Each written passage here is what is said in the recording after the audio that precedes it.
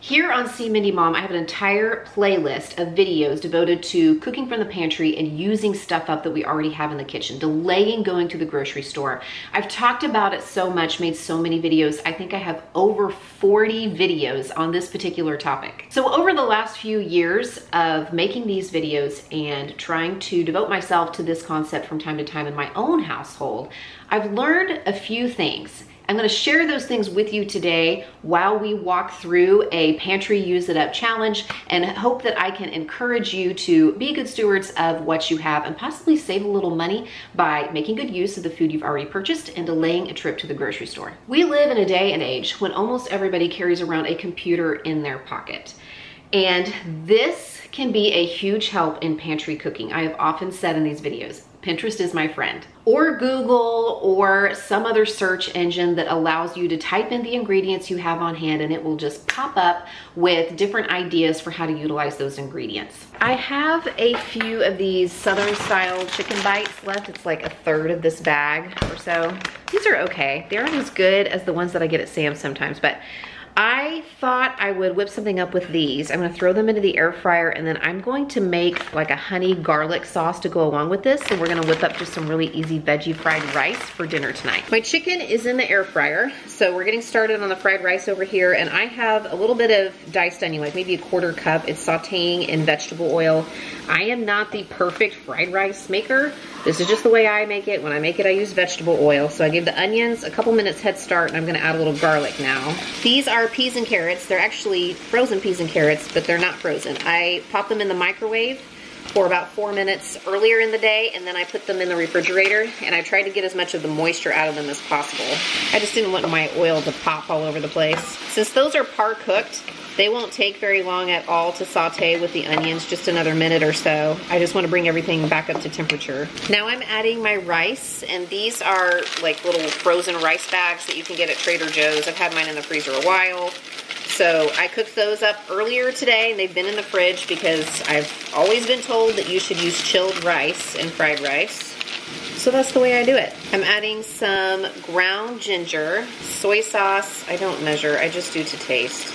And I'm going to cook this probably about 3 to 4 minutes until it's heated through. I want to keep stirring it so it doesn't burn, but I also don't mind if there are some, little crunchy bits there that are getting stirred into the rice from the bottom of the pan.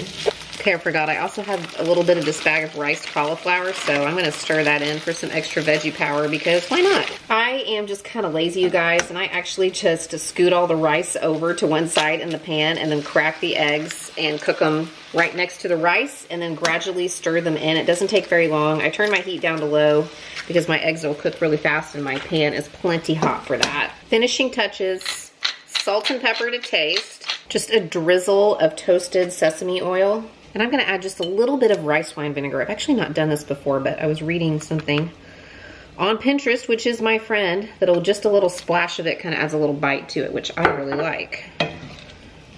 There we go. My chicken nuggets are out of the air fryer, and I gave them a rough chop because some of the pieces were pretty big.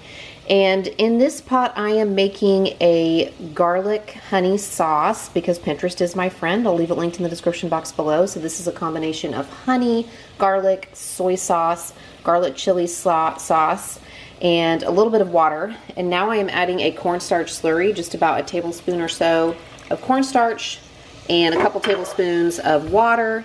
I'm gonna stir that in, and once the sauce starts to thicken, I'm gonna toss my chicken pieces in this sauce, and then I'll be ready to serve it all up. So I can serve the chicken pieces on top of the fried rice. My husband is at a meeting tonight, so it's just me and the children, so this will be plenty of food for the 4 of us, and I cannot wait. When we are willing to get creative, sometimes we stumble upon a new favorite. I mean, some of my best recipes have happened on accident. I had some chicken breast and some salmon fillets from Good Shop in the freezer, so I pulled those out. We're gonna be grilling them. And the chicken breast is marinating in a bottle marinade. And I found this in the fridge. I think it's left over from last weekend when we hosted some friends of ours and my husband was grilling. I was working a swim meet or something, somewhere with a kid, and my husband was in charge, and he likes to use those bottle marinades. So we used the rest of that to marinate the chicken. It'll be good to go in a minute. But normally I like to make my own marinades, And that is what we're doing with the salmon. A few months back, I was doing this exact thing, trying to use stuff up around the kitchen, and I came across these marinade or sauce packets that I had from like a meal kit that I had not used, and I just stuck them in the refrigerator, and I ended up using them as a marinade for grilled chicken breast, and it was some of the best chicken breast I've ever eaten. So I have a few more of those little packets in the fridge. Sometimes I just don't get around to making the meal and I end up using the meat for something else or freezing it for later, and I have all these little seasoning and sauce packets. So I took what I had, which was like a soy barbecue sauce and some kind of chili garlic seasoning, chili garlic sauce, and some vinegar, and I just mixed all that up in a casserole dish, and I put the salmon fillets skin side up, so face down in that marinade, and we're gonna throw those on the grill. I'll probably just add a little extra salt and pepper, and we're gonna like see how it goes. We're gonna hope for the best, but if it turns out like that chicken did, it'll be fantastic. I had 3 potatoes in the pantry, so I just threw those into the oven so we can have baked potatoes as an optional side. And then I also found this box of jasmine rice. This is the kind that's already cooked and you just make it in the microwave. I found this in my freezer. It's from Trader Joe's, and I know it's been in there a while because I don't think I've been to Trader Joe's in 6 or 7 months. I think the last time I went was for a lazy meal prep video that I filmed at the beginning of school, which would have been August, and it is March now. But fortunately, it's still fine. It's even well within the Best Buy date on the package. So I'm gonna whip some of that up for those of us who are not gonna be eating potatoes, which includes my son because he doesn't like potatoes. I also found in the freezer this loaf of discount bakery bread that I got from the discount rack at Walmart. And it's not been in there very long, but these don't fare well for a long time in the chest freezer. So I'm gonna go ahead and let that thaw out, and then I'll just turn it into some garlic toast.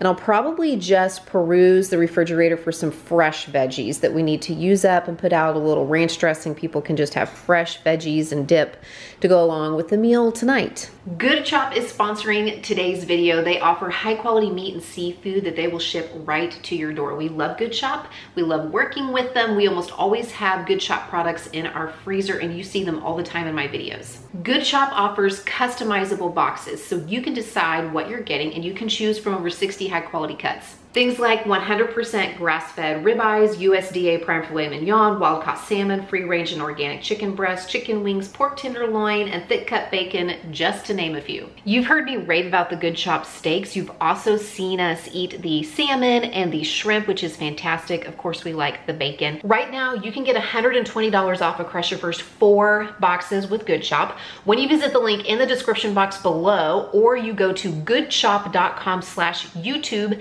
and you use my code CMindyMom120. Again, that's CMindyMom120 for $120 off across your first 4 boxes with Good Chop when you go to goodchop.com/YouTube or visit the link in the description box. Everything is sourced from right here in the US, which helps supports local farmers and independent ranchers.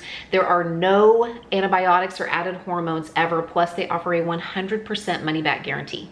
Grilling season is upon us, so now is a great time to sign up for Good Chop. Again, that link is in the description box below, or goodchop.com/YouTube. Use my code CMindyMom120 for $120 off across your first 4 boxes. And thank you again to Good Chop for sponsoring today's video. I'm in the pantry right now doing a little bit of a cleanup, because one of the things that I have learned is that if they can't see it, they can't eat it.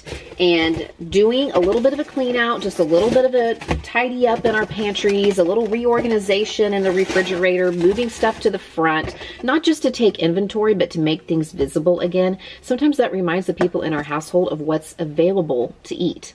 I have all of these little individual breakfast items here in the freezer, and they're definitely things that my family likes. Little egg bites and little breakfast bowls and muffins. And I think it's just one of those instances where they've seen them enough in the freezer that they don't really see them anymore. But I bet if I get all of these things out in the morning and I actually just warm them up and put them out for everybody to eat, that they will get eaten. Let's see.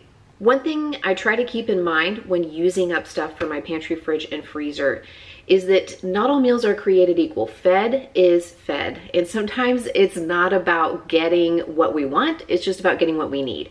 Maybe it's because of the space that I work in, you know, the food content creation where I'm making recipes and meal plans here on the internet for everybody to see. But I sometimes get in this mindset that every meal needs to be this amazing, you know, experience. It needs to be everybody's new favorite every single time I make a meal. And you know, sometimes we're just gonna eat something that will be satisfying, that will be nutritious, that is palatable. It may not be our favorite, but it gets the job done. Welcome to my pantry. We are in here because I'm thinking about dinner, and I noticed this can of soup right here. And even though this can of soup is not gonna go bad anytime soon, it has been staring us in the face for long enough that I know that nobody's choosing it. So I'm gonna take this can of soup and I'm gonna just turn it into something else. I've also had this can of borracho beans from HEB for a year.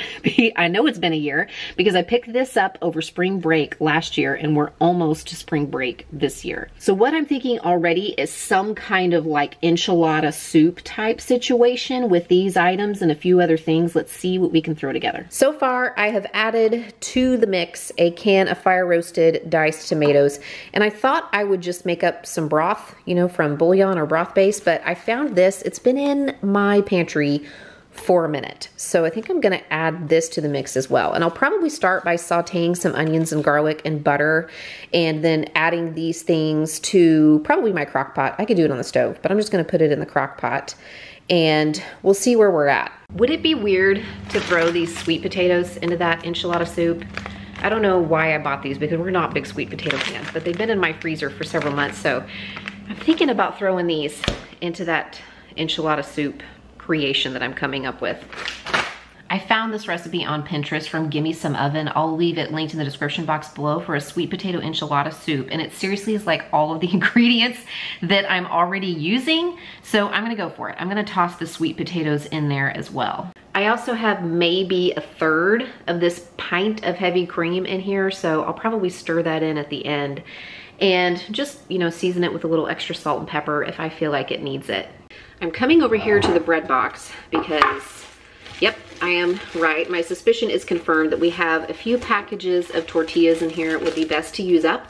So I think I'm just gonna make some really simple cheese quesadillas to go along with this enchilada soup creation tonight.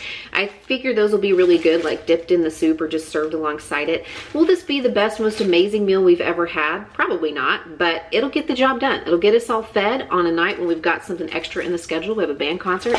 So getting it in the crock pot and being able to eat it whenever we're ready will be really helpful. And we'll get fed, right? I have to say, I definitely had very moderate expectations for this, but it is really tasty. It turned out really great. Another mindset shift that has really helped us become better stewards of the food in our house is understanding that not every plate has to be the same. Not everybody in the family has to have the exact same entree and the exact same veggie side and the exact same starch.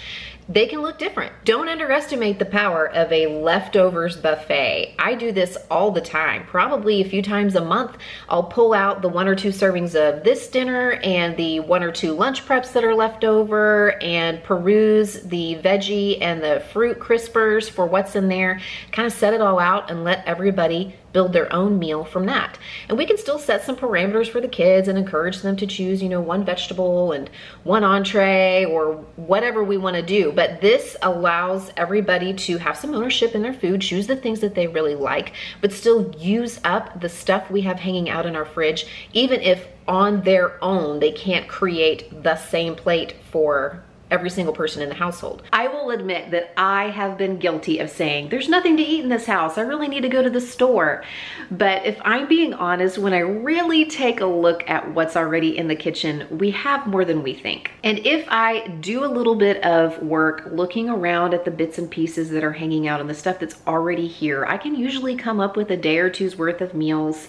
And often I'm using stuff that wasn't gonna get used or that was going to spoil if I had gone to the store, purchased more food, and just let that other stuff go to the back. Actually making a conscious effort to say, okay, what do I really have? Let me take my blinders off, look and see what's around, what kinds of meals can I create with this stuff? I really do think we have more than we think we have. Good morning. You are in the cabinet over the coffee maker because I got up early to get something going in the crock pot. At the Bible study I attend weekly, this morning we're having kind of like a breakfast potluck.